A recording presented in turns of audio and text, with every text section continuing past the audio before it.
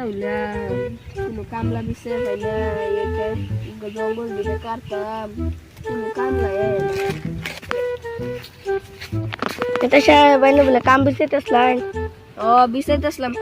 তুই করবি করবাম কত টিয়া দিবাই আমি স্যান্ডেল দিলাম তোরা তোর পয়সা লাগে কত লাগবে না এই যে জঙ্গল হিসাব করে দে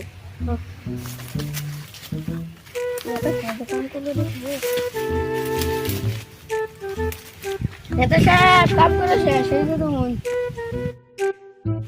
ওই তো কাম তো করে শেষই